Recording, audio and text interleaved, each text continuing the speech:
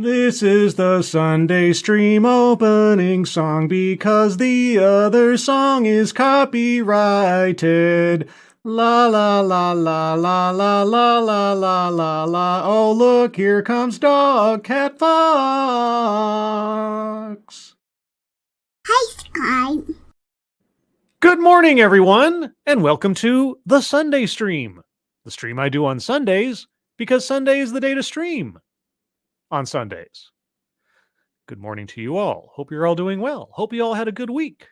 And for those of you enjoying a 3-day weekend because of President's Day, yay! You don't have to go to work tomorrow. For those of you that don't or can't, you have my sympathies. We are back once again onto a beautiful, still kind of cloudy, still kind of dim Sunday morning. But hey, it's fine. It's morning. I've had my breakfast, got all showered. Oh, I'm all set to go. What am I set to go to do today? Oh, boy. I can't wait to tell you. But before I get into that, who is joining me on this beautiful Sunday morning? Keeverdam, Evil One, Funtime Bats, Brett Ide, Sunmemnon Nation, Mike R., Ken Elliott, the Scanner Daffley, and Absolutely Degenerate. Good morning to you all. And anybody else watching now or in the future. Ebony Williams, Hell Triangle. Good morning, good morning. Good morning to you, good morning to you. We're all in our places with bright smiling faces, or something like that. So, if you couldn't tell from the thumbnail, if you saw the thumbnail, we have 4 PhDs here, apparently, to tell us about faculty hiring, ensuring diversity, equity, and inclusion from the job description to the offer. Now, you may ask yourself, where is this beautiful wife? Where is my beautiful car? No. You may ask yourself, why do I keep doing this? Because titles like this keep teasing me with the possibility of revelation. The title gets into the granular. Wait, what the heck? That is not the overlay I should have. Did I miss? You know what? I put up the wrong overlay. Hold on a second. I have the correct one. I saved it under a slightly different file name. Let me fix that real quick. And how about that? Yay! There we go. That actually makes me seem almost mildly professional. There we go. That's the actual title, as you can see up in the top corner and on the screen for the video. The granular nature of the title teased me with the possibility that we might actually get details of process. From the job title to the offer is very specific. So maybe we'll have described to us what exactly goes into a DEI job description, what exactly goes into a DEI offer, and the process in between. Now, I have some other thoughts on the whole DEI process that I will talk about at the end of this. I don't want to front load this too much with anything else but the video. That occurred to me after yesterday's impromptu video broadcast with the 5 misconceptions about DEI hiring. But I'll hopefully get into that later. So, with all that being said, a couple more hellos. Deco, Neon Leon, Renovatio, Cannibalistic Wizard, Tall Person, Arc 210, Simon Willikins, Bridget. And I think that's everyone that I see. So, with that, let us hear from 4 PhDs, which are apparently necessary to tell us how DEI hiring works. A couple of editor's notes. I did remove a section at the beginning, as I usually do from these things, where the moderator was going over a whole bunch of organizational information and scheduling and calendar events and things like that. So there will be a brief jump after a minute or so of the video. And then I cut off the very end of the video, which was some Q&A crosstalk stuff that didn't sound like it was all that interesting. So the meat of the presentation is still here. A couple seconds for sound test. You guys tell me if you can hear it, and we will proceed. Well, welcome everyone, and thank you for joining. Welcome everyone, and thank you for joining. Same sentiments out to you as well. Prosaic Dreams in blue. Good morning. Let's see. Heaverdam, Scribe Boomered. Yeah, I did. Well, you see, I have two overlay files for Curriculum of Fear, and I don't know why I keep two, and I grabbed the wrong one. That's all. It's like I had one for a previous one, and I don't know why I have two of those. I should probably just get rid of it and not have that mistake happen again. Sounds good, says Mike R. We can hear it. Hey, part people. Well, hey, part Peters. To you too. All right. And we go. Us in our latest installment of the Meeting of the Minds. It's a discussion series hosted by the National Center for Women in Information Technology, or NCWIT, and the Academic Alliance. Today, our topic is faculty hiring, ensuring diversity, equity, and inclusion from the job description to the offer. Yay. So let's begin. And as you all are aware, the hiring process is truly a marathon. I'll take your word for it that the hiring process is a marathon. Aside from some very cursory involvement, I've never in any of my jobs been involved in the whole hiring process, just maybe bits and pieces. So I will extend the benefit of the doubt to their expertise on this one. As many of you have experienced firsthand, hiring faculty in computing and IT can be very challenging, especially when trying to reach beyond majority groups. Especially? That must be extra specially. Our panel of speakers today will dive into the topic by sharing insights, strategies, and best practices. Wait. He said something just then, and it kind of went right past me. Hold on. Let me check something here real quick. As many of you have experienced firsthand, hiring faculty in computing and IT can be very challenging, especially when trying to reach beyond majority groups. Especially when trying to reach beyond majority groups. Okay, so already we're not a minute into this, and we're already talking about some form of discrimination outside of merit. Wow, that was quick. Our panel of speakers today will dive into the topic by sharing insights, strategies, and best practices from their own unique experiences.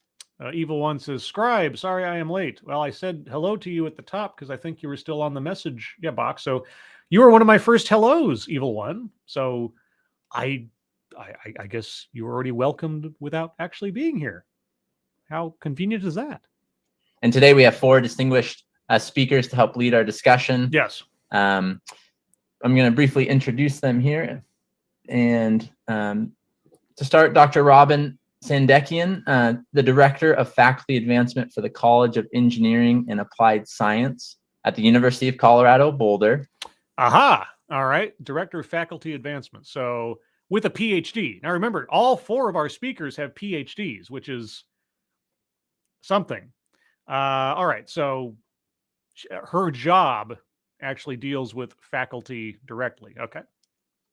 In this role, Robin holds responsibilities. Every role holds responsibilities. Well, most. Maybe not like Millionaire Playboy or something. Sorry about that.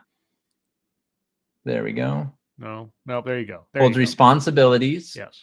For all levels of faculty recruiting, oh, good, hiring, retention, and advancement. An expert. Including increasing faculty diversity, equity, and inclusion. Next day, we have Dr. Grayson Hunt, the Director of Equity Outreach and Resources in the Office of the Vice Provost for Diversity at the University of Texas at Austin. Now, one thing that I am glad for here is that all of the speakers, obviously they're all different people, but they also come from completely different schools in different parts of the country. So you're getting, presumably, you're going to be getting a sort of a holistic perspective across the educational spectrum from around the country. Did that sound legitimate? Like I knew what I was talking about there? Grayson uses his experiences as a transgender person and his academic training in feminist philosophy and intersectionality to create DEI workshops for faculty. What? Oh, man. Brett. Okay. Brett is ridiculously generous once again. Thank you, Brett. Can I get a, oh, yeah? I think that's what you meant. Was that the intonation you meant? Thank you so much, Brett. As always, I do not know what else to say but express my gratitude. Thank you so much. I am paying it forward as I can, and in the spirit of said generosity, also, if everyone will direct their attention to the GoFundMe links that Kiefer Dam has helpfully provided, and I have pinned to the top of the chat box, to both Shady Grin and his kitten, two friends of the show, who directly or on behalf of friends of their own would appreciate some assistance if you happen to have it. So appreciate that. Brett, thank you again so much. As always, I don't know what to say, except thank you. Okay, I was just going to say something to the effect of, why call Dr. Hunt here a transgender person? Why just say, I mean, if you have to mention anything beyond he, why? Why is that important? If someone's gone through all of the changes in their life to become a man, just refer to him as him, and why underline that? That's part of it that I've never quite understood. If the entire purpose is to live in the way that you feel is correct for you, then why title yourself in a position of always not quite there? Like being transgender is sort of like, isn't that the middle ground when you're moving from one to the other? That's something that just hasn't always kind of clicked with me, especially if someone's completed their process, or at least living as they want to live. Why make that distinction at that point? I'm not quite sure. Most recently, he has developed a 2-part diversity workshop for faculty serving on search committees at UT Austin. Okay. Next, Dr. Cheryl Soignet, senior teaching faculty at University of Massachusetts Amherst, and leads faculty recruitment workshops through their STRIDE program there. Mm-hmm. She has a long track record of excellence in research, teaching, and involvement in the broadening participation in computing community. Okay. Dr. Soignet is the recipient of both the 2017 NCWIT Seed Fund Award and the NCWIT Undergrad Research Mentoring Award in 2013. Okay.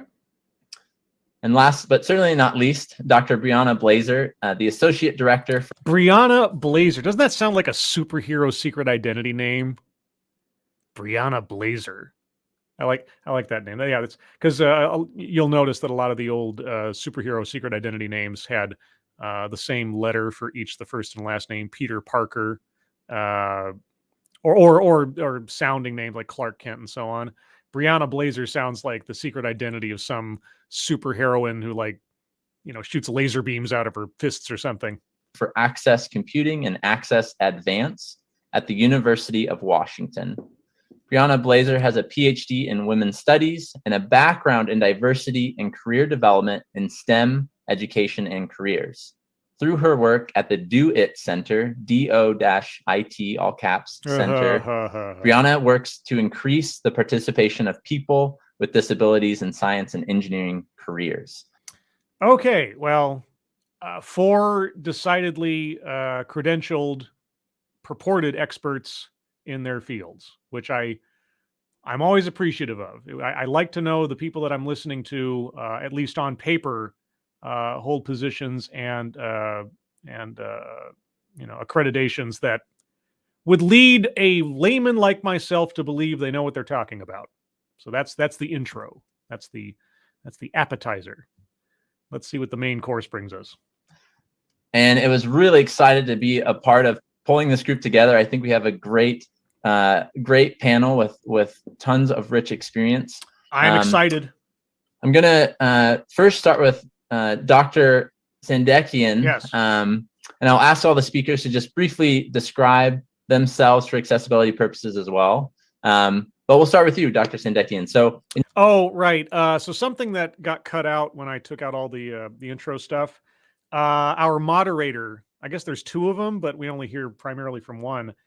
They took a moment to describe themselves for accessibility.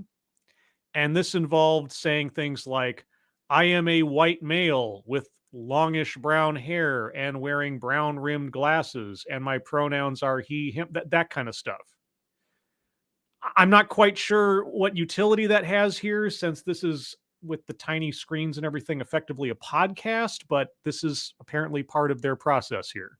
In your experience leading efforts to diversify the face of faculty and staff in an engineering and applied sciences college at CU Boulder, and from your research conducted in this arena, what are some of the best practices or the key challenges that you would like to bring up as we introduce the topic of faculty hiring today? Yes. Okay. Best practices. All right. Please. Okay. And this is my little non-denominational prayer. Please give us details. Please describe to us the process. Please give us active examples. Okay. I'm gonna try from now on to make this sort of a one and done plea at the beginning of these things, so I don't feel like I have to repeat myself as we go. So that is what I want to hear. Please.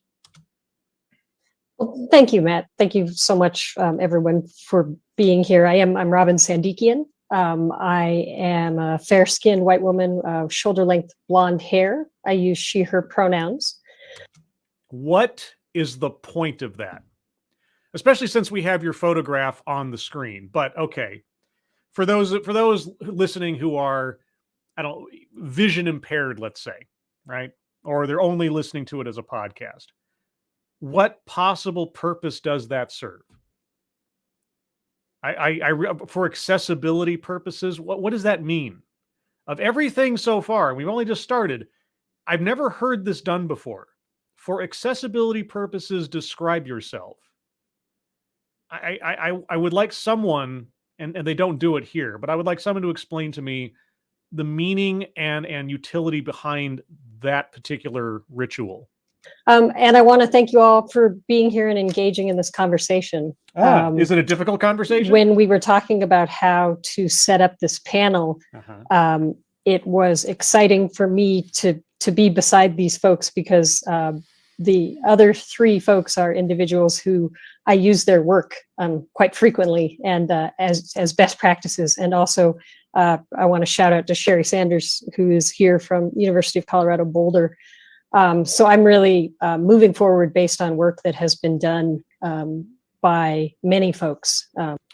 I don't think there's anybody living today who's not moving forward based on the work of people who came before them, because we all kind of proceed from those that have come before. But okay, so your expertise is actually informed by other people on the panel. Okay. How much credit should we take away from you and give to them in your conclusions and your work? Already in the space. And so I'm going to start this conversation by focusing on general concepts that are important to equitable faculty hiring processes. Excellent. And then I'm going to leave it to my fellow panelists, who will discuss some specifics related to individual affinity groups. Affinity groups? Oh boy! So first of all, please understand you're not in this task alone. Like I say, my dissertation work was actually on the experiences of sexual minority engineering faculty members. And it's such a small community that I've come to know almost everyone that I cited. And as I've expanded into faculty diversity roles here, again, the folks that you'll see the resources shared from are many of these folks on this call already. Just as a side note, one of the things that I don't know just by looking at the names of the schools, but which I am curious about just, abstractly, I'm pretty sure the University of Washington is a state school, but all of these schools, I assume, in some way, shape, or form, are the recipients of federal money. I just want to keep that in mind, because if so, and I believe it's true, but I don't know for sure, if so, there are certain laws that they have to adhere to when it comes to hiring, when it comes to fair treatment amongst staff and students. And that's what I'm most curious about as we proceed through this, when they start describing processes in achieving diversity, equity, and inclusion in faculty hiring. That's my main curiosity here, as it has been with so many other presentations in the past. So there are decades of research and practitioner support materials available, some of which will be shared today, others which you can find online, or you can ask any of us about. And then from this 10,000-foot view, I want to recognize that the process of creating equitable academic environments can't begin or end with faculty hiring new faculty into your organization. Okay. Right? You're not, excuse me, we have 350 faculty in the College of Engineering at CU Boulder, and no one individual that we bring in is going to be tasked with or be able to change the culture of our college environment. That what about your culture, your college culture environment needs to be changed? What is inherently wrong with the culture? Has existed for 130, 140 years. Wait, the culture at your college has existed unchanged for 130 years? I don't know what that means. I have a feeling we're not going to be given any more context. So, and besides which, why would anyone expect any one person to come into an organization as large as yours and change everything all by themselves, unless they were the one person in charge in some sort of like dictatorial situation? I'm full of questions now. So it's key that you have an organizational philosophy and the support framework regarding the importance of creating an equitable environment that. Yeah, basically you need to have your superiors on board with it so you can spread out any potential liability or complaint. I know I'm taking a very cynical viewpoint to that, but oftentimes when I hear people say you have to have buy-in from this, that, or the other, it sounds more like I need to make sure I've covered my ass, for lack of a better phrase. Again, I'm just a cynic. Could eventually lead to a more diverse hiring pool and to the retention of those hired, right? I mean, I think with anything, with faculty hiring or any other type of hiring, it's all fine and good if you get them in the door, but if they leave, 2, 3, 4 years later, you're no better off and potentially worse off than you were because you didn't support folks that you did eventually recruit. Well, why would you? You're worse off just because they left? Well, I mean, were they or weren't they doing their jobs? And what value did you see in said individuals before they left, if you're sorry to see them go? Are you sorry to see them go because they were actually good at their jobs? Or are you sorry to see them go because they effectively reduce your DEI demographic spread in the faculty? Again, I might just be a cynic, but I do have to wonder. And so really my 10,000 foot question is your institution ready to use inclusive, accessible, and equitable hiring practices? I don't know what would be required of an organization do so, and why.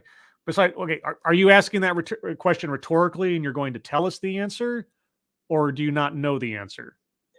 Right. So you may or may not know that. I know that we have individuals from various types of institutions here. And so the answer to that is going to be very different.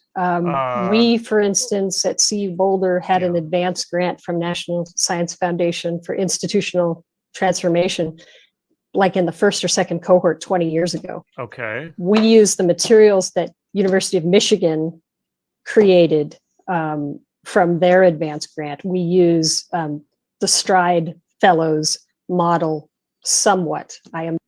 I don't know what you're talking about. I hope she explains the Stride model. The singular Stride Fellow at CU Boulder in a way. So Stride Fellow. It can't, you need to know what's going on your campus as far as hiring strategies, policies, programs, who could be an ally. Oh, okay. This is all very abstract. How about, I know this is a novel idea. How about you tell us your experience and your procedures at your school as the director of faculty advancement? I don't need a 10,000-foot view. I just need you to describe to us what you do, what you have done, where you were at before you started and where you are at now after having done so, and how those things compare and contrast. It's very simple. Can you do that? Is there support at all levels for the work that needs to be done? So at CU Boulder, that means we needed support at a minimum from the departments, individual departments, the college, and campus levels. Yeah. Right. We didn't just one day decide, oh, well, look, we don't have a particularly diverse faculty. We're just gonna, latch on to this idea that we need to change it, and how will we change it? It's really, there are some very deep and awkward conversations. Awkward. Oh boy. If I were to make a bingo card for the Sunday stream, and I'm not saying I will, but if I did, I think difficult / hard / awkward conversations would be a square, because man, do we hear that, or do we hear that? Okay, it's not about your workforce not being diverse. Okay, well, as I've asked so many times, please define what you mean by diverse. What categorizes someone as a diverse member of faculty versus someone who is not a diverse member of faculty? The answer to that question will tell me so much about where we are going. But I got a feeling that you're not going to say, or you're just going to allude. Sometimes you need to know where you stand. And acknowledge that. So the University of Colorado is a predominantly white institution. Okay. All right. Now we're getting into some specifics. You need to know where you stand. Okay. A predominantly white institution. So first we have race. Okay. Boulder, the city, county of Boulder is a predominantly white community. Okay. So the surrounding area is also majority demographically white. Okay. So, as I've heard so many times, if the faculty or the workforce are meant to reflect the community in which it sits, is that a problem here? Very well educated. Yeah. Okay, so we have race and we have level of education. Okay. Is a perception that we honestly believe is earned. That at times in the past, CU has enacted racist policies as far as hiring faculty, staff, and admitting students. Oh, it's a reputation you think is earned. Okay, well, what policies were racist in faculty and students? I mean, you can name those policies or describe how they function in a racist way. Yes. Right. We don't like to admit that, but we know that that's out there. No. Okay. There's a difference between reputation and fact. Okay. Admitting to the reputation, well, that's one thing, but is it backed up by actual fact? So is it? And so if we go to allies and ask for their help to engage faculty, to get faculty candidates to apply, if we don't acknowledge that information right up front, they're going to ignore us, and they will flat out tell us there's no way I would try to help you recruit someone to CU Boulder. So what are you talking about? So somewhere, somehow, your school has a reputation, I don't know how or why, because you're not telling us, of faculty and or admissions hiring practices, or faculty hiring and admissions practices being racist. Is that true? You haven't said. You said the school has the reputation for that. Okay. So by acknowledging the reputation, are you thus confessing to its veracity? And if you're making an effort to not be racist by, I'm assuming, hiring people that go counter to the rumors, which of course isn't racist in and of itself potentially, that's not evidence that you're working against the reputation. So you just assume people are going to go, if you don't admit to your purported sin, then I'm not going to apply to work at your college. What? Again, you have to know and acknowledge where you stand as far as the institution. No. You talked about reputation. Is it true? I mean, for all I know, it is, but you haven't said it's true. You've just said that your school has a reputation for having practiced these things. Did your school actually practice these things? I mean, within a reasonable time frame. I could imagine things were very different 100 years ago, but like within current memory, is that the case, or is that just a rumor? And then next thing would be, how do people in your institution define success when it comes to diverse faculty hiring, right? Okay, well, you put it into quotation marks, so I don't know. How do you define it? By what metric do you measure a successful diversity initiative? What is a non-diverse status, and what is a diverse status? This is your job. You should be able to tell us, how do you measure this? There should be some commonality in measurement, institution to institution, right? So we are really focusing on the fact that we are working to create an inclusive environment. What does that mean?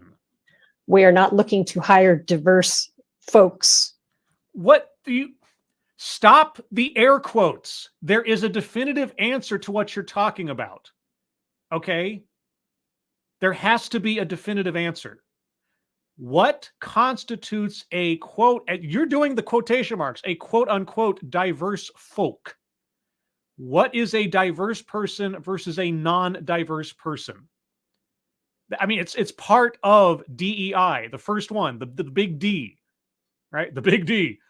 Diversity. What do you mean? Define your terms. You're a PhD. This is your job.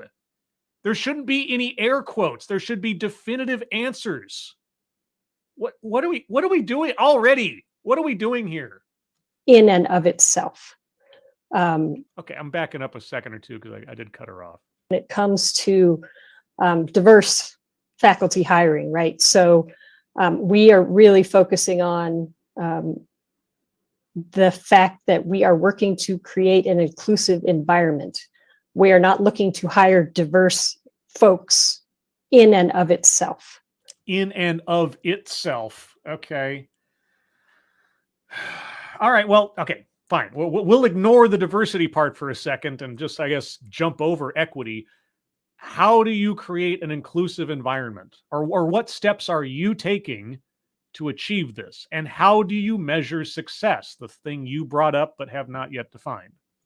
And I think that the panelists will probably get to hopefully deeper in that discussion. But no, this is your job. It is it's right here under your picture. Director of Faculty Advancement. Why can't you tell us what you do at your school? Okay?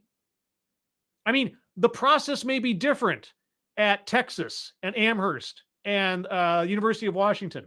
What do you do at your school? What are you doing? What are your successes? Do you have a success story? Why?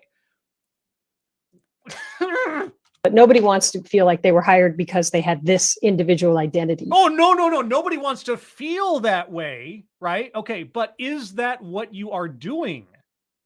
What, you just volunteered that fear. Why would you have to volunteer that? Why would that even need to be a consideration? Might I ask? Right. They want to know that they were hired because they are considered a potentially fantastic faculty member. Yeah. Except that you, even in your most abstract of descriptions so far, you have injected doubt that someone is being hired because of who they are and not initially because of what they are. You have done this. You brought up race. No one else brought that up. The very first thing you brought up was race. So why wouldn't someone be suspicious of your true motives? Your quotation marks around diverse folk. Are you listening to yourself? With all of their identities. With, oh my God. The other key point is that clear and consistent communication is absolutely vital. We know at CU that we make our offers later than most others, and we've been trying to make that earlier so that folks don't have to sit around and wait for 6 months in the process to find out, oh, they're not even being considered. Or, oh, we would really like to interview you, but we can't interview you till April. And by then they've had, offers from many of the research institutions that are presented or are represented here today. Okay, I don't know. What does the timing of potential offers have to do in furthering DEI practices?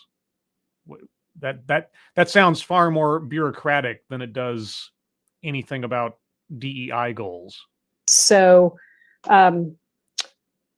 last but not least, everyone who interacts with a faculty member is responsible for creating an inclusive hiring process.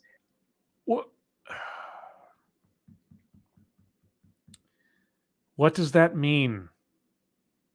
You haven't even described what an inclusive... Okay, there's a card up on the screen right now with bullet points. If she doesn't go over it herself, I will read it off presently.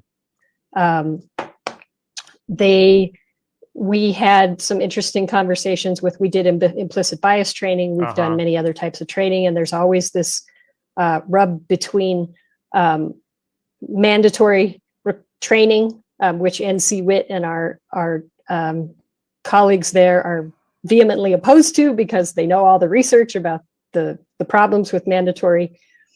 What are the problems with? I mean, I understand there's a certain level of colleagues and people in the same sphere, it's sort of talking shop. But if this panel discussion is not in some way, shape, or form meant to be informative to the non-involved, why do you keep skipping over these important points or notions? Thank you, Chat Mort. Imagine working incredibly hard to get an education and become qualified for a job, only to have to wonder if you were always only a diversity hire. Yes. Imagine if. And our speaker here so far has done nothing to dispel the fact, or I should say, the assumption that is exactly what happens at her school. That is exactly what she is and has done in her job. Because she injected the doubt from the get-go in talking about identities, not talking about skills or qualifications, not talking about experience, not talking about research or papers written or anything else. No, it's all about the aesthetic. And she's the one that brought it up. And somehow we're supposed to ignore that? Or potential hires at her school listening to this before they even apply are supposed to ignore that? She talked about a reputation the school had for racist hiring practices. How has anything she has said so far actually discounted that rumor? It might actually be true, but not exactly in the way that I think she meant it to mean. You know what I mean? And then we from the other side are like, well, yes, but we can't just, teach implicit bias to the choir. We can't just sing to the choir kind of thing. What? Okay. I want to make sure I'm not missing something important here. We had some interesting conversations we did implicit bias training. We've done many other types of training, and there's always this rub between mandatory training, which NC WIT and our colleagues there are vehemently opposed to because they know all the research about the problems with mandatory. And then we from the other side are like, well, yes, but we can't just, teach implicit bias to the choir. We can't just sing to the choir kind of thing. That made absolutely no sense. we know the problems with mandatory training, but we can't just sing to the choir. Well, then, I don't know what that means. You're not making any sense. But so it's important to know that anyone who interacts with the search process is responsible for creating this environment. And what environment? So there are key issues that you have to determine Yes. at your own institution. Well, give us the examples from your own institution. Why are we talking in abstracts? We have PhD professional experts from specific institutions here to talk to us. What, I mean, maybe it'll happen. We're already almost halfway through, or a better part of a quarter of the way through this thing. And you're not giving us specific examples from your own institution, from your own job? So with that, that's sort of the 10,000 foot level. Oh my God, and lady. then I'm going to pass along to my colleagues to provide with some more specifics. I don't care about their specifics if you're not going to tell us about yours. You all come from different colleges, different parts of the country, effectively different cultures in the country with different strategies and ideas. You're all different people. So what has the university at Boulder done? And then I can compare and contrast that with what the other speakers say. What are you doing here if you're not here to be representative of the system and the process at your own institution as the director of faculty advancement? Okay, well, she's apparently passing the torch, so I'm going to read the card here. From the card, is your institution ready to use inclusive, accessible, and equitable hiring practices? Accessible. That seems to be the watchword of this particular presentation. Point number one, know and acknowledge where you stand.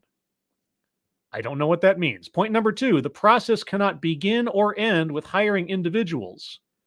Parentheses, background philosophy / support necessary, parentheses. I have no idea what that means. 3, you cannot hire someone who does not apply. I mean, you can. It probably wouldn't make any sense to. Number 4, clear, consistent communication is vital. Well, isn't that ironic, given the vagaries of the first 3 points and everything so far? And lastly, everyone who interacts with the search process in any way is responsible for creating an inclusive hiring atmosphere, the definition of which we do not have. So you're responsible for something that is yet to be defined. Okay, well, great. Let's move on. Thank you. Thank you so much. For what? I really appreciate you pinning in broad strokes. And I know from your years of research, it's not easy to always step back and do that. So I appreciate the work. No. If you have years of research, it is easy to step back and give a 10,000 foot view. That's easy. The time it would take to actually get specific, if she's an expert and she's done all this research, why didn't she give us details? Holy cats. Thank you, Johnny Hellcat. Trust us, we're doctors or psychics. I don't know anymore. Yeah. Do not trust that someone with a PhD is somehow an actual authority on anything. You have to listen to what they say. Letters at the end of your name should not substitute for actual content of presentation. Like this, you don't need to know anything more about what I do. I have letters at the end of my name. That kind of deal. That philosophy, I hope, has eroded quickly over time, and it certainly has with me. To do that and kick off our panel. Next, I'd like to ask Dr. Grayson Hunt, just in your experience leading these faculty workshops at UT Austin, what are some of your recommendations for this group here today, and how can we go beyond well-intentions to actually making structural changes in the hiring process? Okay, she talked about communication being a key point, and that is true in just about everything in human interaction. These questions make no sense. Just asking abstracts and buzzwords is not a question. It's not directed. It's not specific. The title of this was from the job description to the offer. So when are we going to get to, here is how you write an equitable job description, right? Or here are some tips for crafting a diverse or inclusive-minded job description. Can I get that at least? And beyond. And just a quick reminder to please self-describe and pass it to you. Thank you. Thanks, Matt. Hi, everyone. My name is Grayson Hunt. I've got my pronouns displayed in my window, he, him. I'm a white, masculine presenting person with short brown hair. I'm in my early 40s, and I'm standing in front of my laptop with my two dogs out of view, unfortunately. So thanks for having me here. I did prepare some slides just so that I could give you a kind of a view of what the materials are that I've been working with. Okay. I was hired from within my university at the University of Texas at Austin to create a plan to get faculty engaged with inclusivity practices when thinking about hiring. Oh, I'd be curious to know, why were you hired from within? Like what qualified you for this? Is this something you studied for?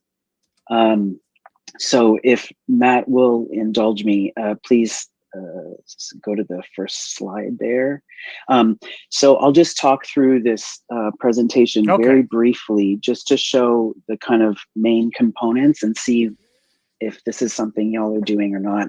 And just to kind of reiterate what Robin was saying, like from, it can feel like we're trying to boil the ocean when we're trying to make these shifts, and hiring won't be enough, right? We can't do recruitment without retention.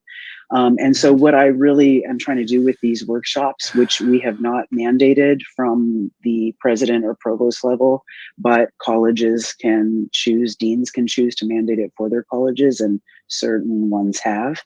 What are we talking What we're about? trying to do is get people in touch with their own context within their colleges, within the university. So in our workshop presentations, I start with like some data and best practices before turning to scenarios that people go into breakout rooms with their committee members and workshop and try to kind of flex their skills, like a kind of what would you do situation. Okay, at this point, I'll take anything that isn't just nonsense speak. Please. So in the first part of the workshop, we look at who's out there to hire. There's NSF data on who got a PhD in any given year. Who's already at our institution. We have data that legal permits us to share with people. And okay, what information does legal permit you to share? Or what information is restricted from being shared? And why?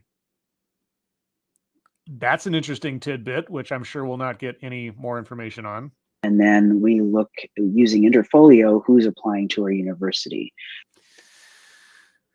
Thank you, Chicago Mike. Hey, Scribe and chat. My name is Mike, and my pronouns are he, him. I am 50 years old and married with one dog. Also, no one gives a shit.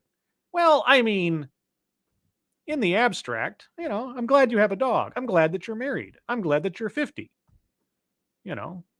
And that, things didn't stop at 40 or something.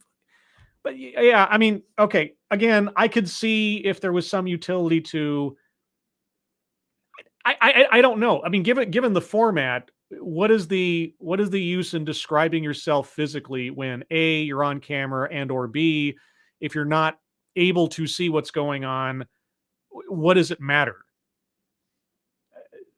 I don't know. I don't know. Apparently it's important to them for some reason. And maybe I'm just a complete jerkwad and there is some completely reasonable and nonsense answer to that question, and I'm just, stupid. I'll accept that possibility, but I just find it kind of odd. But thank you, Mike, for those details. Now I know so much more about what kind of person you are, don't we? So an example of what you might see in the workshop, yes. If you go to the next slide, is we pull data from Interfolio. That's the mechanism we use to track our candidate pools. Okay. And this is not the cutest slide, but what you'll see is on the left column, 30 non-targeted searches and where they landed. So architecture got 1 hire, engineering got 5, etc. And then from all of those 30 hires that we pulled from the data, we had 5,800 applicants, and I demonstrate the demographic breakdown for that group, which includes Hispanic and Latinx people, people with disabilities, veterans, and I include gender divergent because although that's not a state or federally mandated category, you can in Interfolio include, male, female, other, and prefer not to disclose. Okay. All right. Well, hey, you know what? I can't complain about this. Actual numbers, actual process. Okay. So from I think you said random sampling of hires, then broke down each of those hires by their ethnicity, disability, veteran, race, etc. Okay. All right. Great. Okay. You have this information. All right. So what does this tell you? All right. And what do you do in response to it? And so where it's other, people can type in. And so I just put in front of people, how people are using language to identify. And the most common terms in there have been non-binary and transgender, certainly. But we also have intersex people applying, indigenous designations for two-spirit, third gender, etc. So, again, whatever your position on the multiple new vocabulary and or categories of one's sense of self, sexually or otherwise, all of it is irrelevant to the hiring process. Yes, because that is the question in my mind. Now that you have this information, what does that tell you, and how does that inform what you do? So I just kind of call that forward so that people kind of know who's applying, and then we can think from there, like, what do we want to be ready for? What do we want to offer given that diversity? What does that mean? What is someone who's a Latino candidate, and you put the Latina, Latinx, you've covered all the bases. What is that supposed to tell you? What are you supposed to provide, especially for someone if they happen to be Latino or happen to be a veteran? What does that mean? So in the next slide, we have some best practices that I share. Okay.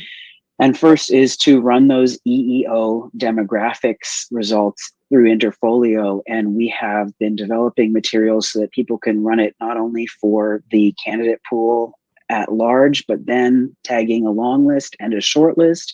We can look to see where barriers are coming up and for what demographics. What barriers? Barriers and for what demographics? Okay, so if there is a disparity in demographic spread from one demographic to another, you see that as a barrier? All right, so if there is one demographic that is larger than another demographic, that indicates that there is a barrier to the demographic that has a smaller percentage. That's your conclusion? So who makes it through to the short list and who doesn't over time? Okay, so that tells you, okay. I'm going to assume, given the specificity of the previous slide, that primarily speaking, we're talking about race and or orientation, let's say. Okay, so if you don't see the kind of percentages you'd like to see at the end of this, that tells you that there is a barrier in place. All right, well, how do you solve for this assumed barrier? We ask that everybody review the job call before looking at any of the applications, and that the applicants only be compared to the job call and not to one another.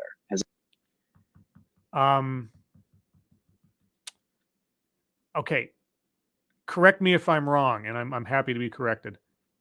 Doesn't that fly completely in the face of the first slide where your primary curiosity was the demographic makeup of the individuals that were hired, and nothing to do with the job description or the job skills? As a way to kind of reduce the incidence of bias. Incidence of bias, well, okay. I'm sorry.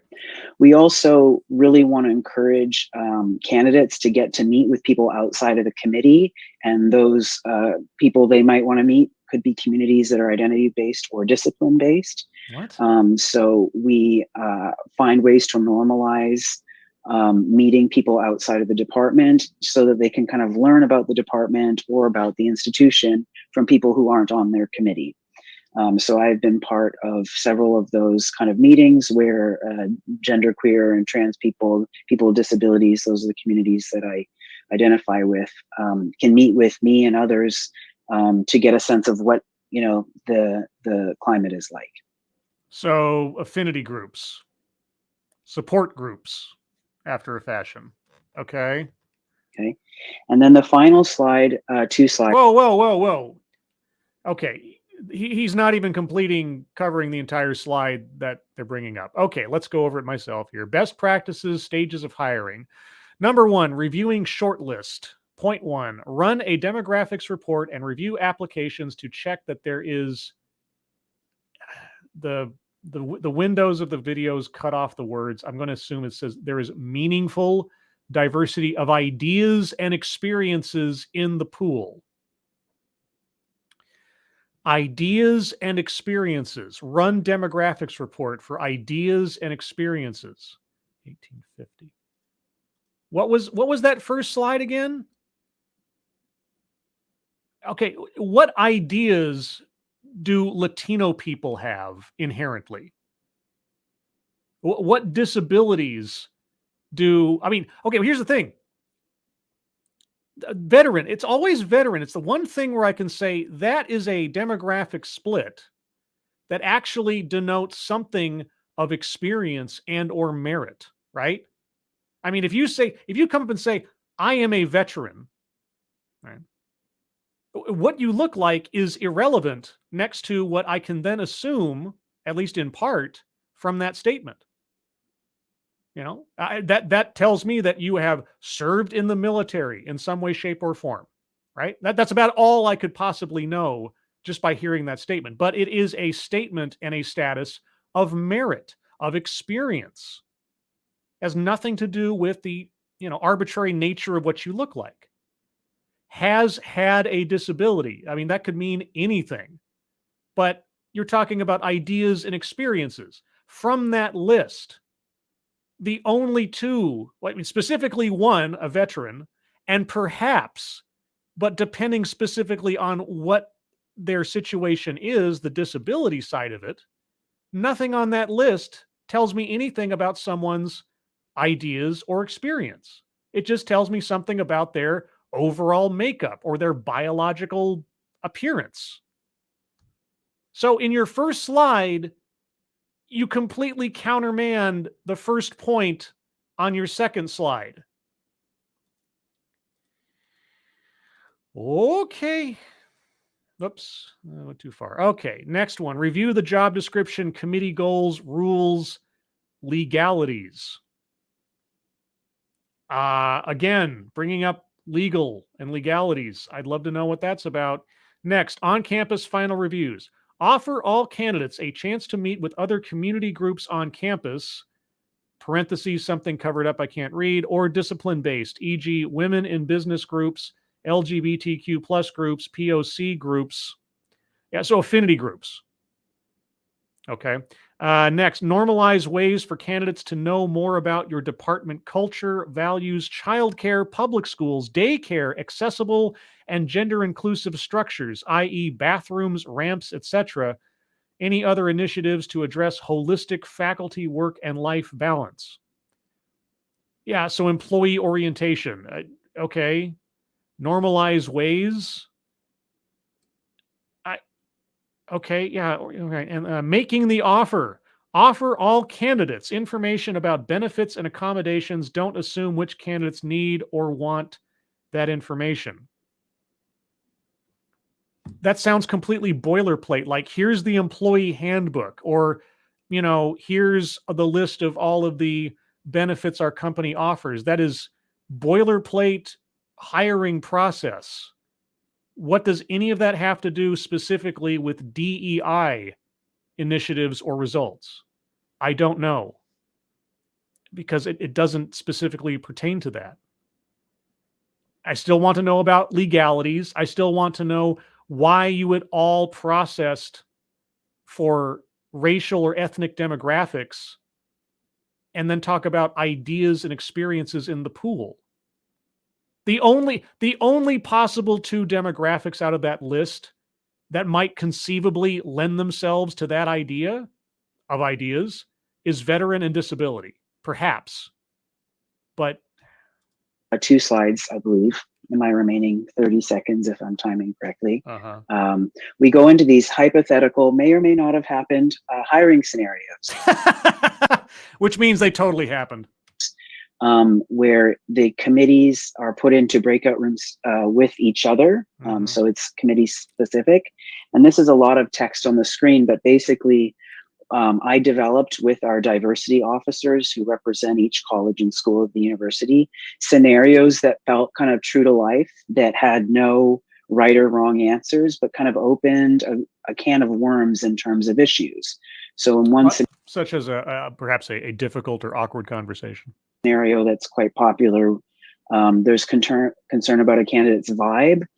Someone says, look, niceness is not on the job call, and that their research feels kind of flat, according to a junior expert, but a senior person less familiar thinks they're really great, right? So there's power dynamics, there's all sorts of things going on. And as a committee, the people decide what they would do, what the pressing issues are, and then they come back from the breakout rooms and discuss as a whole. So vibe, what does that have to do with DEI? What does any of that have to do with what we're supposed to be talking about?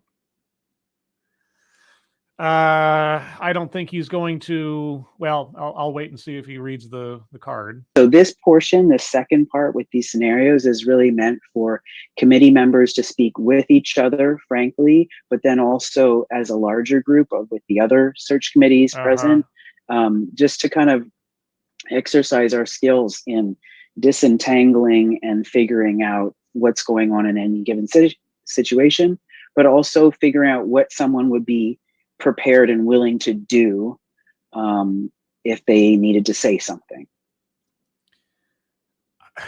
Okay, assessing someone's skills, abilities, and experience is one thing. Also assessing and it is a subjective thing. And I've actually participated in such things in the past. I've sat in on interviews and I've been asked after the fact, what do you think?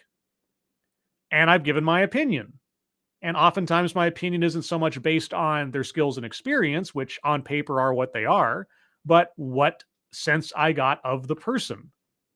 That is a consideration in hiring. But what does any of that have to do with DEI? Or how does it relate specifically to DEI in this context? I'm going to attempt to read this block of text, even though bits and pieces of it are covered up by the video windows. Sample scenario for breakout room discussion amongst search committee. Your committee chair pivots away from a concern raised about a candidate's... it's not there because the concerns don't seem to be job related. The concern is that the candidate was very dismissive, even rude to staff during their on-campus interview. A junior colleague who researches in the same field as the candidate has, I'm assuming, concerns about the quality of research. The candidate has an impressive H index, but their research seems to lack depth. Meanwhile, a senior colleague in an adjacent something thinks their publication profile is very impressive. It also points out that niceness is difficult to judge, that it was never a criterion, and that in all their conversations, the candidates seem quite pleasant. You feel worried about hiring someone who's openly hostile towards staff. What do you do? Okay, and that could come up in any company at any time for any reason. is this person's attitude one that fits in with what we want to do here or something, which is perfectly valid as a reason, an abstract reason in considering the hiring of someone. What does this have to do specifically with DEI processes? How does this problem or the resolution of it either lend itself towards or against the goals of a DEI initiative? I have to tell you, my answer is nothing. So that's the gist of it. I think that's my last slide too. So I'll leave it there, and I will put my email in the chat if anyone wants to reach out. Thanks a lot. A second speaker, second round of the most that was contributed here was the admission that in the process of them deciding how to train themselves to hire people, they do look up patterns of racial or ethnic demographic result in past hiring. So I have to ask, and I know I'm not going to get an answer to it. From that information, is that where you set goals for change? If demographic X is too low, in your opinion, is that now a goal to shift going forward? And if so, how do you do that?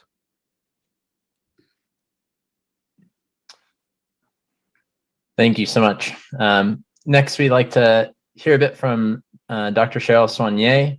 And just as a lead-in, I'd like to know from your career and your research in creating more inclusive computing classrooms and your recent work with Stride at UMass Amherst, what advice would you give us all to help us improve diversity and excellence through the faculty hiring process? Okay, a slightly more targeted question than the last one.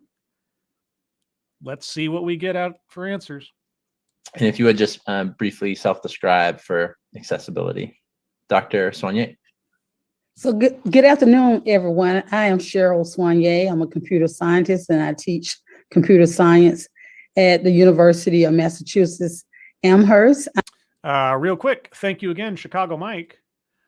Scribe, I interviewed someone several years ago that on paper looked good, yet during the interview he received and answered a phone call. Needless to say, he wasn't hired. Yeah, this is the purview of the people hiring. There are some intangibles that may, be taken into consideration when thinking to hire someone. And attitude is one of them. If someone comes in and they present themselves as a disorganized slob, right? But on paper, they've got all the qualifications, that doesn't make a very good impression. And compared to somebody who comes in with, relatively the same qualifications, but is organized, has their answers ready, and so on, you can make that call. That's not unreasonable. But that is also not unique to anything having to do with DEI, right? I mean, unless attitudes are part of diversity, which I suppose they should be after a fashion, but all the same. You start off with a slide breaking down people by race, ethnicity, and in the barest of terms, life experience. But then you give as your example breakout hypothetical scenario a hiring conundrum of attitude. It doesn't track. Either the slide at the front was the important part or the slide at the back is the important part. And all things considered, I know that the slide at the back isn't. So yeah, this is a standard situation in hiring or just getting along with people. It had nothing to do with anything. Okay, maybe third time's the charm. Maybe our third speaker will have something more substantive. I rate there. I'm a light-skinned Black woman, and my pronouns are she, her, and hers. Okay. And so, can I look at my first slide, please? Oh, wrong one. Dr. Soignet, I don't think I have them in this deck, unfortunately. Oops. I do, and I can share them. Oh, that would be terrific. Okay, Wow. let me just get it to the right slide. I'm glad to know that our first speaker actually has information directly pertaining to this panel discussion at her fingertips that she can share with us. Marked change from her own presentation. View. I'm sorry about that. Thanks, Robin. Okay, I'm going to see if I can skip ahead to where we get that card up. Is that it here? Okay. At UMass Amherst on faculty searches, and we train all of our faculty, whether you're a part of the search committee or not. And these are like 2-hour, trainings. And we've been doing this since 2018. Okay. And so I believe that research is an important part of conducting, effective faculty. Whoa, wait a second. This slide is from the University of Washington. This is not her slide. Oh boy. Searches. In fact, there's power in diversity in order to enhance the search process itself, and socially and intellectually diverse teams actually, I believe make better decisions. No, it's a matter of belief. You don't have any measurements to say that the way that you form a team is demonstrably better than not using your way. Okay. When recruiting and hiring new faculty. Okay. No. And so I also believe that, PhDs, everybody. I mean, I don't get me wrong. I can forgive some people some boomer stuff from time to time, but 4 PhDs on the panel and they can't get a PowerPoint presentation operating correctly. Research can basically tell you what you need to know about improving the search process today. Okay. And so I'm going to briefly go over how to apply these strategies to the various stages in the search process. Thank you. Here at UMass Amherst, Yes. When we train our faculty, we talk about getting great applications from the best applicants, making the right shortlist, and managing the visit and choosing and attracting the candidate. Okay. And now you're going to give us the details on how you do each of those steps in specificity. And so I'm going to share with you some of those best practices. Okay. But I want you to think about, just for a moment, some questions that you want to ask yourself before you actually do the search process. Okay. What challenges have you faced with searches in the past? And I mean, first off, I have to know what the goal is, because none of this has anything to do with specific job openings or qualifications, right? DEI is not about a specific area of work. It's not like saying accounting or security or engineering or something like that. Okay. It is a broad level, company-wide, and I haven't been given any information to think otherwise, aesthetic process. So I have to have a goal in mind when applying these initiatives. And that goal has to involve the demographic split of my faculty. There's no other consideration that I've ever been given by any other expert on this subject. So where do we get to that part?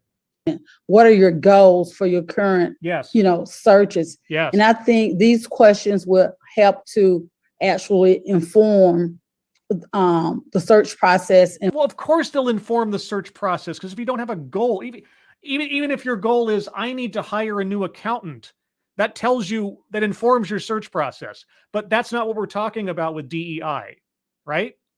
For it to be effective. So let's talk about getting great applications for the best applicants. Getting great applications from the best applicants. Well, if you already know that they're the best applicants before they apply, how would you even know until after they've applied that they're the best applicants? What? The truth of the matter is you can't hire the best candidates unless you get them to apply with all the information that you actually need. Yes, it's true. You cannot. And so this involves actually taking continuing steps to develop the application pool and crafting an inclusive job ad. So you want to. Okay. How do you craft an inclusive job ad? Okay, let's start there. I mean, that's got to be step number one, right? Because if people do not know what it is that you're looking for in a job, there's nobody that's going to apply to it. Okay, so how do you craft an inclusive job ad? Be very intentional about what you include in your job advertisement. Yeah. And also clearly define and communicate the application components. Yes, this is, again, all boilerplate hiring procedure. Where is the DEI component? So when taking steps to develop the application pool, we must be cognizant of the fact that search is a very active word, is not inactive. And I believe that you should, strongly consider, not only consider diversity, but ensure diversity, because when you do this, you actually widen your pool to those that are at other institutions and doing great jobs. How do I ensure diversity? What steps do I take in the job ad process? I mean, that's step number one. How do I ensure diversity? How do I enact diversity? What does that mean to you? And it's also a good practice to bring young scholars to campus before you actually do the search. And you should also consider focusing your seminar series on this in particular. On what? Also, it's important that you craft an inclusive job ad. And so when you craft this job ad, you want to make sure that you define the position as broadly as possible. Define the position as broadly as possible? Okay, well, if we're hiring for faculty, the ad would read, position open for faculty, UMass Amherst, and a phone number. Or a faculty position is available. Is that broad enough? Okay, can you give me an example? You want to make sure that you make an explicit commitment to diversity. Okay, a faculty position is open at UMass Amherst. We are committed to diversity. Phone number. Diversity, and make sure that the language itself is very welcoming. Weave language that would signal that you are welcome to non-traditional or interdisciplinary approaches. I hope the next slide is an example of such an ad, because I'm taking it to its most humorous extreme, obviously, but as broadly as possible. I can get pretty broad with a job ad. Like, just say, accountant at company, phone number, like. Next slide, please. So stage number 2 is achieving excellence in diversity in the application shortlist. Okay, how do you achieve excellence and diversity in the applicant shortlist? You want to make sure that, I know this is a difficult thing to do because you may get so many applications, but you'll probably be choosing a short list from hundreds of applications. But it's important within your search committee that you build an effective search committee. How do I build an effective search committee if the search committee is being built and has never searched for anyone anymore, or before, I should say? How will I know if they're effective until after they've done their work? And time is of the essence when you're trying to hire someone. And so we have to really, think about that. And also, this is very important. Point C, work to limit the effects of unconscious bias and evaluate fallacies in your deliberations. How do you, in your position, limit the effects of unconscious bias? What steps do you take to achieve that? As humans, we all have some type of bias. Yes, some of us like asparagus and some of us hate it. Whether it's conscious or unconscious. Yeah. And we need to be able to recognize individually where our biases are and not to let them influence the decision-making process. Whoa. If I have a bias towards someone who is not hostile towards staff, or sorry, if that is my bias, why shouldn't that inform my search process?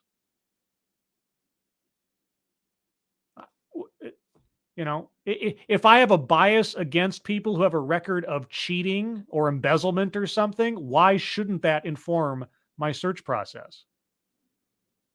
Bias is not inherently bad. It depends on what you are biasing someone over. And I know I'm not proper grammar there, but you know what I mean. And that's why I have so many questions about that first slide from our last speaker. When hiring for diverse, hiring, candidates from diverse backgrounds. Okay, well then what does that look like? What do you mean? If I hire somebody, okay, let's imagine, pick any of the descriptions that our speakers have given so far, the physical descriptions, because that seems to be the primary thing, right? Okay, pick one, put it in front of you, and I say, I hired this person for this job. What biases do you anticipate I must have applied before giving this person that job? Right? I mean, if I choose someone that you disagree with, do you then know I have a bias? Like, how does that work? And be aware that bias could have affected past evaluation. Making a decision in hiring has a key word in there. It's called decision. Decision requires bias in favor of one option versus the other. It is inherent to the process. You cannot say remove bias. It is there, it is present, and forever will it be. The only question you can ask is there anything mechanically in the process that is unfairly advantaging or disadvantaging people in said process? Because unless you're a mind reader and can somehow then convince someone else that what you have detected is accurate, you cannot remove quote unquote bias from the process or anything that you may assume to be an unfair bias unless you have evidence of it. Or if it's not inherent to the process itself on paper. What are you talking about? Of other, hires as well. Next slide, please. The third stage is managing the visit. I can't emphasize how important it is to manage the visit. You might not get the candidate you want because the visit was a complete failure. You don't want this to happen. I'm assuming the visit is the potential hire coming and getting a tour of the campus. I'm just going to assume in the absence of having that explained to me, because obviously we have professionals talking shop here, but I'm reaching perhaps. Campus visits provide Campus visits. Thank you. Thank you. crucial information to Yes. both the search committee and the candidate, Yes. and they are both a part, of the selection and the recruiting. So provide a welcoming environment. So whoever you choose to host the candidate on the day that you bring your candidate to campus, make sure that the host that you're selecting is someone who has great interpersonal skill. They're very kind, they're very welcoming, because as the cliche goes, first impressions are lasting impressions. Oh, impressions now matter. Oh, okay. So what if the potential candidate gets a bad impression and thus has a bias against bad impressions and decides not to come? Are they guilty of something? The other thing that, just occurs to me in this particular step is, and I would hope that most people would do this, you don't want to risk putting up a Potemkin village for a potential hire, right? Like crafting their visit in such a way that gives a false or too rosy impression of the place outside of what the normal daily process is. Because if I show up and I want to be presented with, this is what I can expect to see as I enter the institution. I guess they don't put that in here, but that'd be something that I'd put on the list if I were making this list. Ensure that all candidates, get the information about family-friendly policies from appropriate sources, and respect candidates' privacy. And I know. Oh, respect a candidate's privacy? Oh, well, how do you ask them about their disability? How do you ask them about their veteran status? How do you ask them about their ethnicity or their family history or lineage or bloodline? I mean, what if that is not important information for them to broadcast to you? Do you then have enough information to decide if your candidate is diverse enough? Sometimes, we may slip and ask some person like, is your husband coming with you? Well, I mean, you could look first on their hand to see if they have a ring there. That might tell you one way or the other. And, but okay, let's say you say that. Then what happens? How many kids do you have? Yeah. But we know not to do these things, we know not to do these things. Is it really a sin to make polite inquiries to someone about their life? Is that really a bad thing? It all depends on the circumstance, obviously, but is it inherently a wrong thing to do? Just flat, period, no discussion? It's important that we don't do these things. And the last stage is stage 4. Okay. Making the decision. Oh, you mean applying bias? After all candidate visits, gather input promptly. Oh, gather each individual's biases. Okay. Promptly. Okay. Promptly. You might want to make sure that you have all the data. Yeah. And you have it in a centralized location so that all the faculty outside of the search committee could, be informed about the candidate that you're interviewing. Right. Postpone or avoid making global rankings or ratings, and postpone or avoid making global rankings or ratings. Okay, I know they're talking shop, so I can't necessarily divine every definition, but really, just what does that mean? And lastly, manage full faculty discussions of candidates. Make sure in that call meeting with all faculty present that you have, a lead person for the search committee to facilitate that process. What does any of this have to do with hitting diversity, equity, and inclusion goals? All of this so far, and I wish I had a different, SOP, standard operating procedure, boilerplate, common, mundane, all of this stuff sounds like the basics of doing an interview and or a hire at a college, campus, organization, whatever. None of this tells me anything special about a DEI process? Why is there? Thank you. That's it? Okay, that's it. There you go, I guess. Thank you, Dr. Soigné. And okay, just as a note, we've come up to the hour and a half mark in real time for the broadcast. I'm going to do my best here to give the last speaker a few minutes. I'll try not to interrupt unless absolutely necessary, because I don't want to just completely sideline one of the experts here on the off chance that maybe the fourth time will be the charm. So I'll go for at least another 15 minutes, and then we'll wrap up. My apologies about the slides, and thanks to Grayson for hosting them there. Appreciate your perspective and your experience with faculty hiring, and really the nuts and bolts of those steps. Okay, dude. Okay. Now you're insulting my intelligence. The nuts and the bolts of those steps. What are you talking about? Really appreciate that. Next, like to welcome Dr. Brianna Blazer. I know this conversation is not new to you. It's one that you've been a part of throughout your career, advocating for disability access and resources. Okay, that's completely a tangible and legitimate thing. Disability access and resources. We have a whole set of laws around that. So good. What resources or best practices might you share with this group to ensure accessibility and inclusivity throughout the hiring process? And if you would just briefly describe yourself, Dr. Blazer.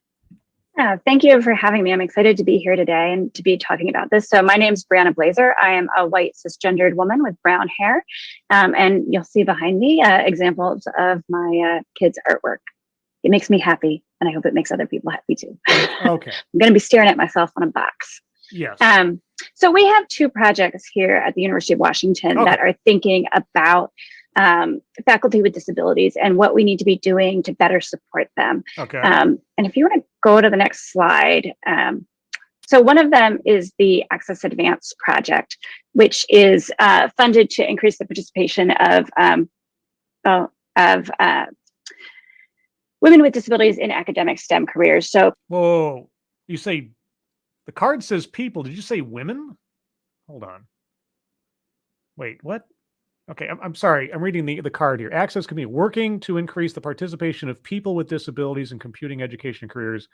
And then Access Advance, working to increase the successful participation of women with disabilities in academic STEM careers. Why divide those two things up? And why only have one set up for women? What does the I in DEI mean again? Particularly wanting to provide insight and best practices to folks who are working in the advanced space and other related areas to think about disability and how to integrate some best practices related to disability into their work. Okay, accessibility for people with disabilities is perfectly legitimate. There's not, I mean, I would need to hear the specifics, obviously, but in spirit, in principle, you're pushing in an open door. So great. But my first question is, why isn't that just one bullet point? Why is there two? And why do you distinguish on the basis of gender? I mean, I can guess, but again, what does the I in DEI mean? I know everybody wants to take a intersectional approach to the work that they are doing. Oh, I know I do. These days. But that doesn't always happen, particularly when we start thinking beyond race and gender. We think beyond race and gender? Why are we thinking about them at all? Seriously, why are we thinking about them at all? The other project that many more of you are probably familiar with is Access Computing, which is one of the NSF Broadening Participation in Computing Alliances. And we work to increase the participation of people with disabilities in computing, education, and careers. And Access Computing is a long-going program for well over 15 years now. Oh, but it just talks about people. Are you sure that's nearly as good as the one that specifically discriminates on the basis of gender? Huh? And just recently, we started saying, we've spent so long really talking about students with disabilities, and we are graduating more and more PhD students who are going into faculty careers. We need. Yeah, and boy, that PhD sure seems to mean something here. To really increase the amount of conversation that we're having about accommodations and access beyond just students. So those are some conversations that we are having there. And I will just point out, we are a national resource. If you have questions related to disability, whether it's faculty hiring, students, or another piece, you're welcome to reach out to us. Great. I see that Gretchen put the URLs for our websites in there. You can also email us at accesscomp@uw.edu. So as we've been thinking about these faculty conversations, there's some things that we've been hearing from faculty, if we can just go to the next slide, okay, about their experiences, particularly navigating the hiring process, right? Okay. One is making sure that they can ask for accommodations during interviews, and that they're given those accommodations, right? And some of the things that you might see pop up are some of the classic things like a sign language interpreter. But it may also be somebody who needs longer breaks throughout the day because of some kind of chronic health condition. Okay, and that's completely normal. That's completely reasonable. There are laws set up specifically for those things. I mean, if you're working beyond the basic requirements of the law to provide additional support, well, great. Okay. Again, pushing at an open door in my mind. It may be somebody that needs a clear schedule ahead of time so they can better prepare themselves. They may need to not walk a ton on campus to get between meetings and be rushed, right? So there could be all kinds of things. Yeah. But something that I've really heard from a lot of people with disabilities I work with over the years is that when they're going into an environment, even if they request accommodations, say for a visit, nobody's communicating clearly with them to let them know that that's taken care of, to ask them follow-up questions, and to really make sure that their needs are met. And Cheryl was saying something about how the culture of an institution can really be conveyed in the context of that campus visit. So again, thinking about making sure that your candidates are comfortable, particularly with regards to their access needs. Okay, someone makes a request, you communicate to them that that request has been fulfilled. It sounds very just manners in general, but also just basic. All right. Okay. Some other concerns I've heard by faculty is moving from one institution to another and then being surprised that they aren't able to receive accommodations that they got at their past institution at a future one. Well, did they not inquire about that before moving from one institution to another? I mean, if the school didn't specify that, and they know that they need something, isn't it incumbent upon the potential faculty person to ask ahead of time if what they need is available or can be accommodated for? Isn't that sort of like a personal responsibility territory? Or that the policies are different and now their department is supposed to fund that instead of it coming from a central funding organization. Again, maybe these are questions the person should ask ahead of time before moving positions. And the awkwardness that creates. Yeah. I've also heard from folks who are seeing antiquated job requirements in ads, right? So these are the things that say you must lift 20 pounds. Do they have to be able to lift 20 pounds, though? How is that antiquated if it is job specific and necessary? You have to be able to sit at a desk for X number of hours. What if you have to be able to sit at a desk for X number of hours? How is that antiquated? Faculty members don't really need to do that, right? Faculty members don't need to do that. Well, then why would they even be in the job requirements?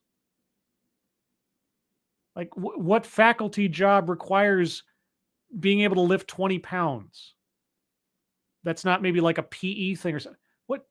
What? There are other ways to do these things, and recognizing that. How are there other ways to be able to lift 20 pounds? What is the other way? I mean, do I have an exosuit?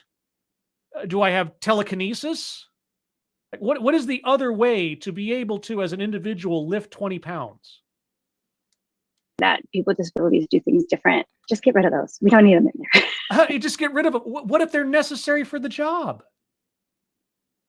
I mean, okay, I think I think you may be confusing the word antiquated with irrelevant.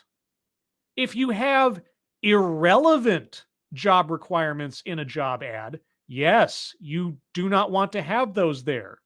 That causes confusion and could, yes, make people not want to apply if they think they have to have something that actually isn't necessary for the job. But antiquated? That doesn't make any sense.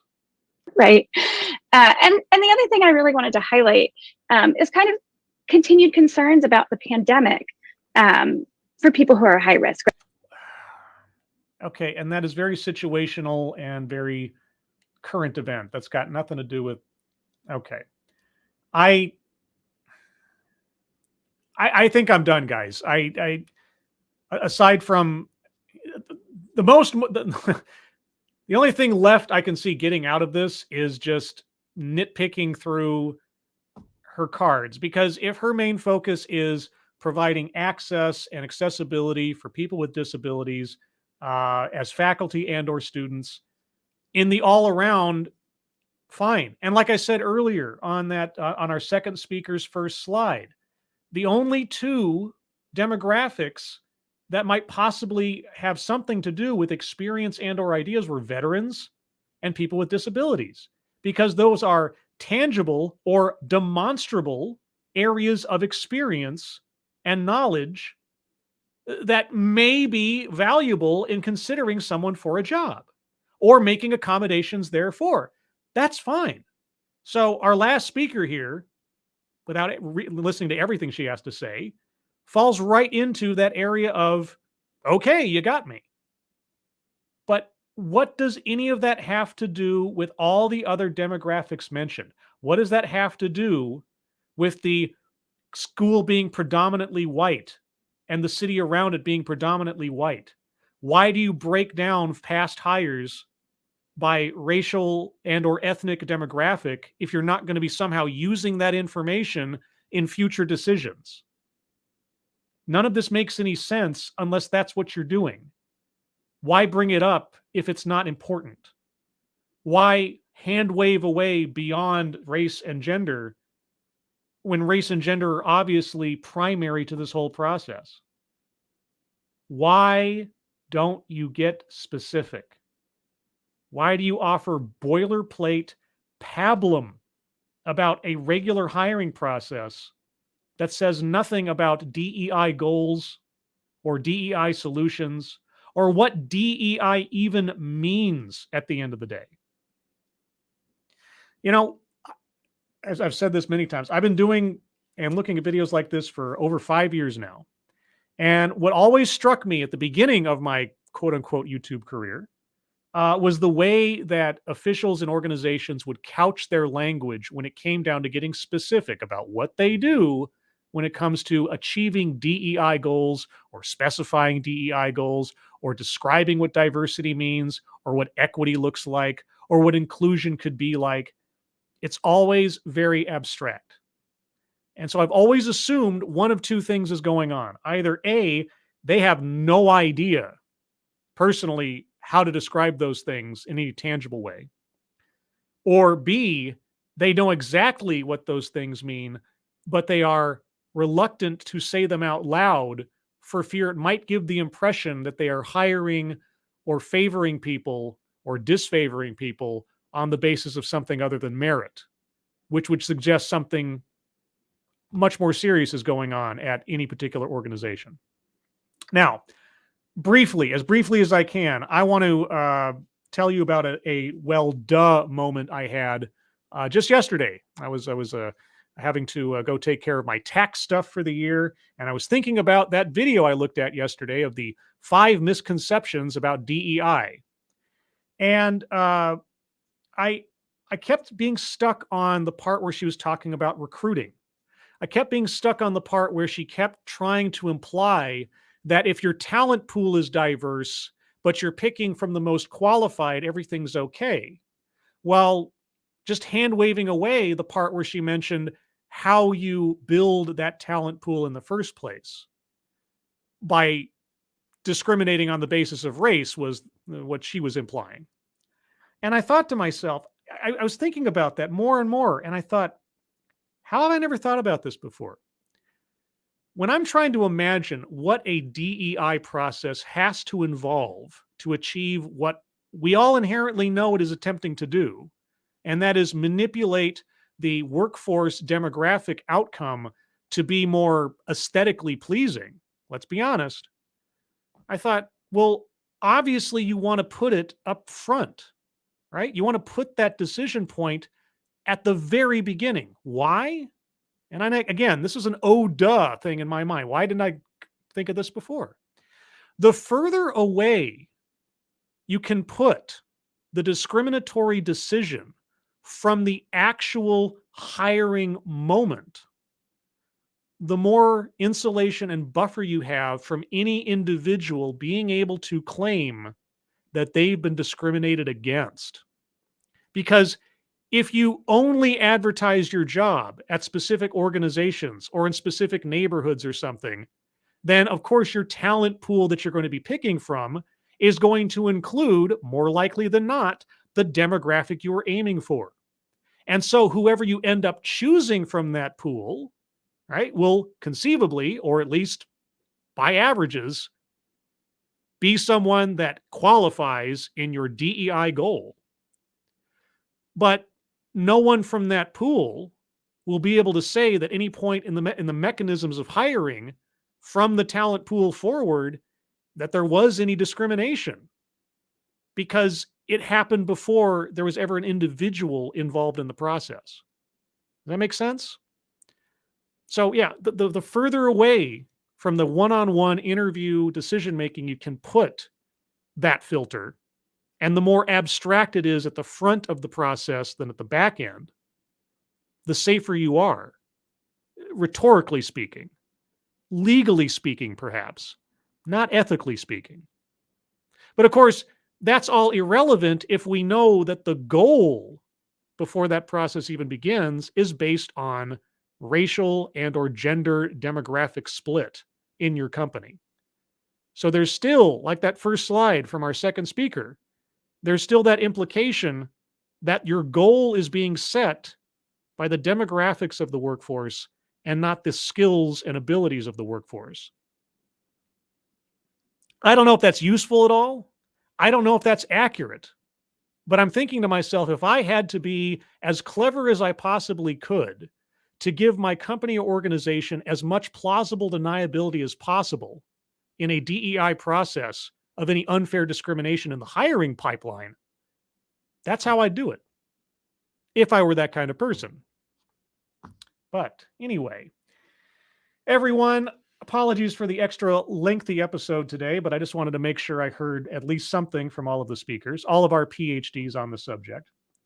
Let me give at least a minute or two to look at what anything you guys had to say here. Bridget, they aren't giving a lot of meaningful detail in Scribelight. The descriptions they gave at the beginning of the talk are usually used for the blind. These visual descriptions are popular in Tumblr. Okay. I mean, like I said, I could imagine why they might be useful to somebody. I just didn't really see overall why. I mean, this is the first time I've seen anybody do this. So it just seemed kind of out of the blue to me, but okay. If that's useful, very well. Lexi Mads, weirdly, they never complain about historically black colleges and universities. I don't know.